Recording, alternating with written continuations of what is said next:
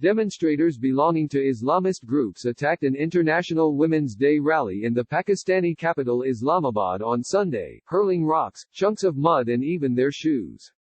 The demonstrators, who were at a rival rally held by hardline Islamist organizations, were particularly enraged by one slogan the Women's Day rally adopted, mera jism, mera marzi, my body, my choice. Riot police set up large cloth barricades to dive the rival rallies, which flanked either side of a main road. But the police were also there to protect the Women's Day protesters, after the hardline men and women threatened violence. As the protest was winding down, dozens of men tried to push through the barricade, including a man who held a little girl aloft on his shoulders. According to a video uploaded to Twitter by a BBC reporter, police used batons to push them back. Still, for the next few minutes, they hurled projectiles that scattered the Women's Day protesters, as journalists huddled behind concrete road dividers.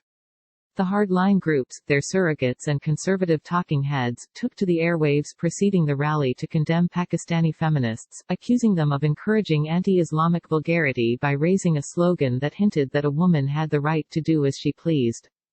The tensions even boiled over on a live talk show, where a screenwriter swore at a prominent Pakistani liberal after she interrupted him by chanting the slogan. "Nobody would even spit on your body," he shouted in a clip widely shared on social media. Conservative lawyers petitioned the courts in Pakistan's 3 cities to try ban the women's marches.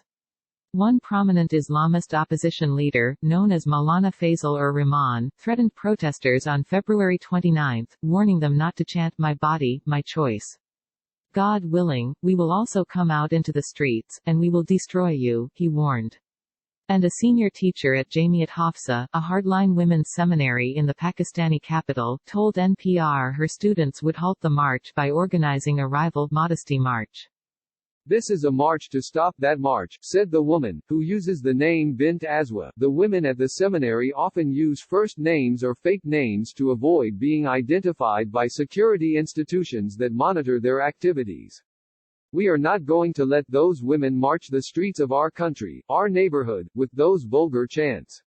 The violence underscored how hardline Islamist groups played upon conservative outrage over the slogan, "My body, my choice," to assert their presence in the Pakistani capital, and demonstrate their muscle. The opposition leader Maulana Fazl-ur-Rahman has struggled to find a toehold in Pakistan's freewheeling politics since his party was forced into opposition. The hardline Jamiat Hafsa was violently shut down in 2007, after a standoff that killed more than 100 people.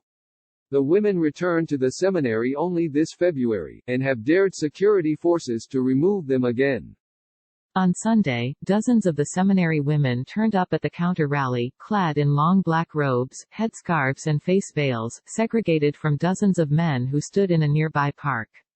They stood in military-style rows, their fearsome appearance only jarred by blue, green and pink bows pinned to their shoulders, to identify which bus they should return on, explained one 25-year-old, who only gave her first name, Rubina. "We don't want women to make choices for their bodies. The choice rests with God," she said. Nodding toward the Women's Day march, she described the women there as naked.